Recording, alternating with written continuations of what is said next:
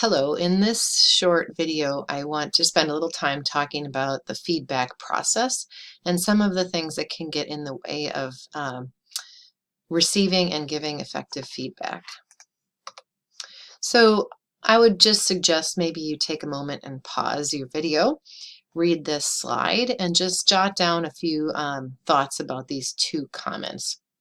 So first of all, I think from the side of giving feedback, what makes it hard to give feedback? If you think about when you do that, maybe for some of you this isn't difficult, but for most of us, and I would put myself in there too, it can sometimes feel challenging, anxiety provoking, stressful to give somebody feedback.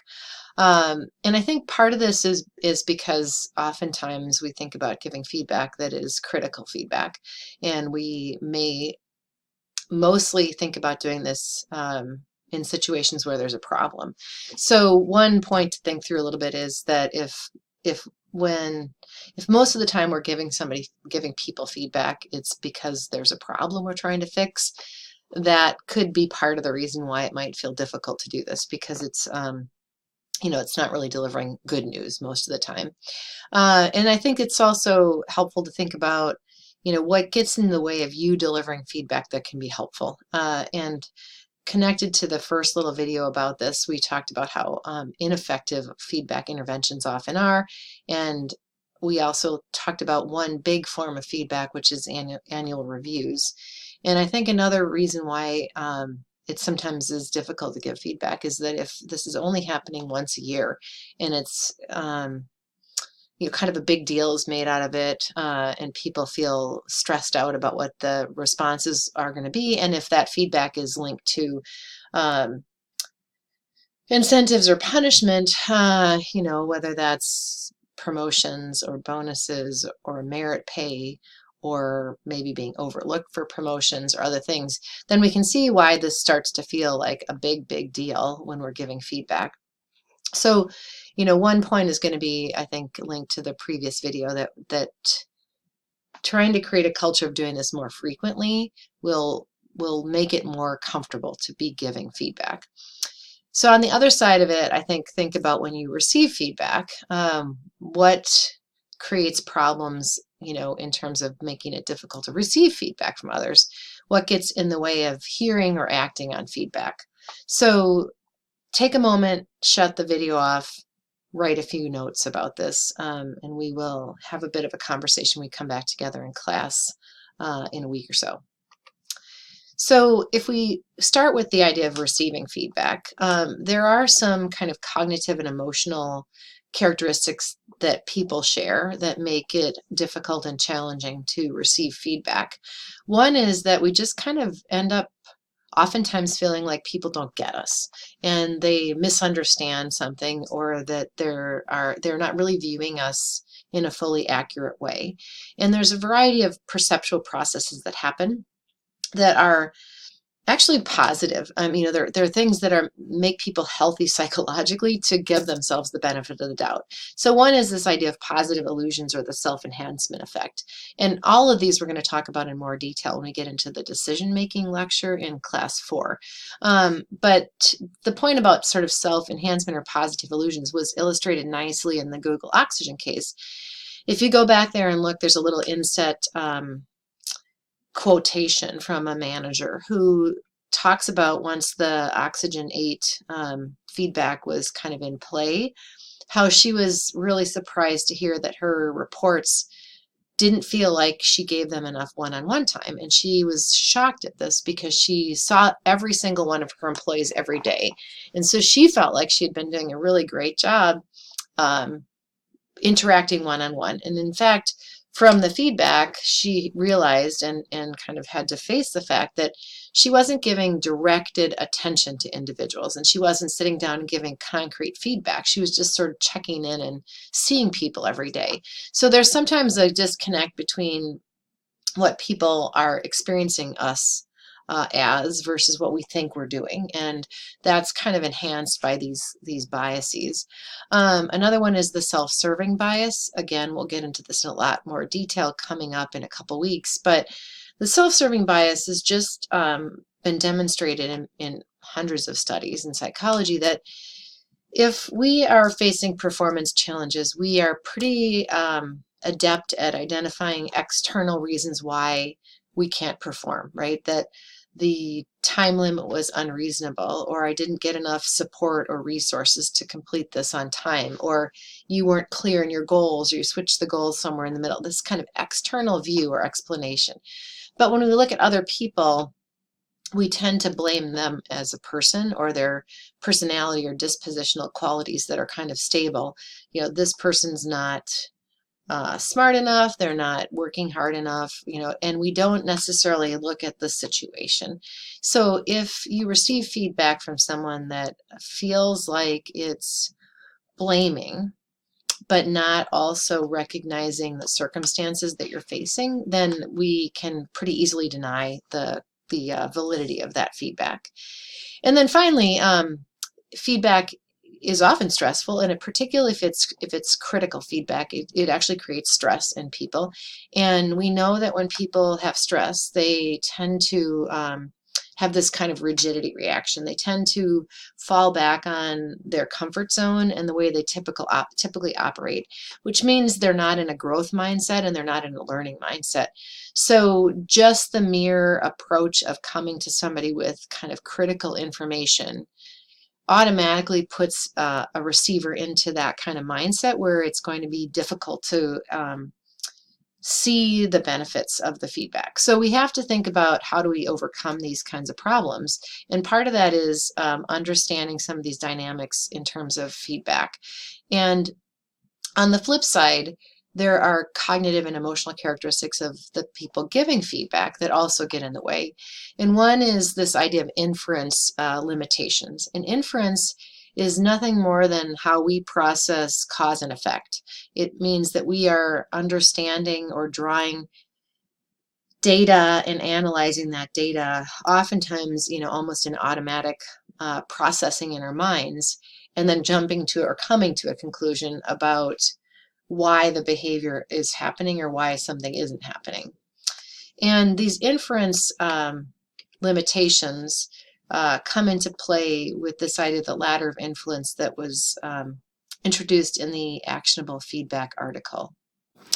So just to take a look at kind of what this is and what the idea of the ladder of inference is, you know, what this is saying is that, you know, at any given moment, we have this vast amount of information and pool of data available to us. If we think about the people we're leading, they're behaving, you know, and working all the time. And of course, we're not watching them. We're not watching everything they do. So there's a huge amount of their activities that we aren't actually considering in our inference because we don't see it. So we only pluck out, you know, a very tiny part of this pool of information to draw our conclusions from. And sometimes that might be the end of a performance process, right? It may be that something didn't get done on time, something didn't get done to the quality we were looking for, you know, something didn't hit the mark in some other way, right? But we're only seeing that little bit over here, and we didn't really understand what was going on the whole time because we weren't observing it, we weren't doing that. The other way to look at this idea that we only look at parts of the data available is thinking about that annual review process. If the only time we really engage in serious consideration of giving feedback is once a year in a big annual review process, I would suspect that most of us and most of our organizations are not sampling the whole year carefully to make sure we have good data from the whole year. I think what more often happens with busy people, again, this isn't trying to say that something's wrong with people, they're intentionally creating problems, but when we are overloaded and have more work than we possibly can get done, what's more likely to happen is that we see out in front of us, oh my gosh, next month I have to do the annual reviews for my direct reports. And we might sit down and carve out a couple days to sit down and try to summarize what we know of their work for the past year. And what we know is that that kind of process is subject to a variety of biases like recency bias, right? So we might really focus on only the last month worth of behavior, because that's what's clear in our mind. And 6 months or 8 months or 10 months ago, unless we were collecting data and monitoring, we won't have as the good information. So part of the problem with the ladder of inference, why we make these errors, is that we often don't look at kind of all this data available to us to make sure we're kind of creating an accurate view of what's happening.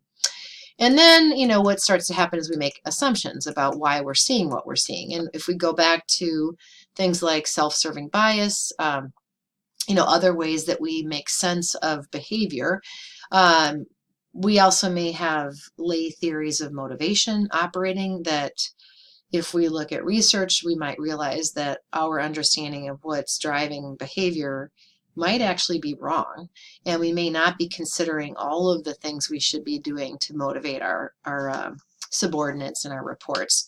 So we might kind of make these inaccurate assumptions, or our assumptions may be more or less accurate because of what knowledge we have. And of course, then we draw a conclusion, and we come to the conclusion that there's either a performance problem or things are going great, in the aggregate. And we believe then, that this person is maybe deserving of bonus, doesn't need any feedback because things are going well, and we just want them to keep doing things the way they are.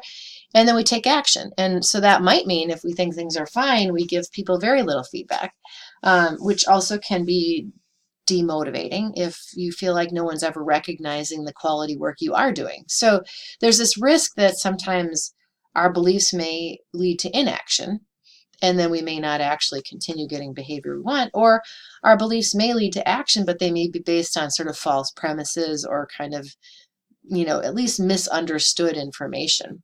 And what the rest of this ladder says is that, we go back down, and once we see some action or take some action, we start this process all over again. And we can see quickly, places we could improve the feedback process by making sure that our inferences are more accurate.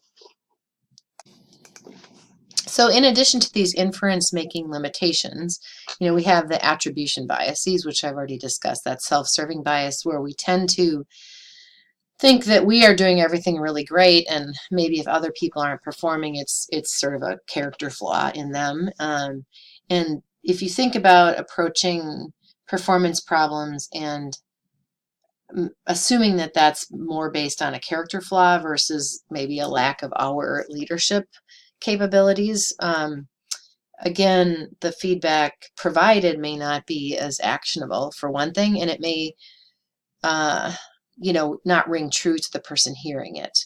Another couple things that come into play from the people giving feedback that can create problems are overconfidence, right? So this idea that, it's so obvious to me what's wrong, can't you see it?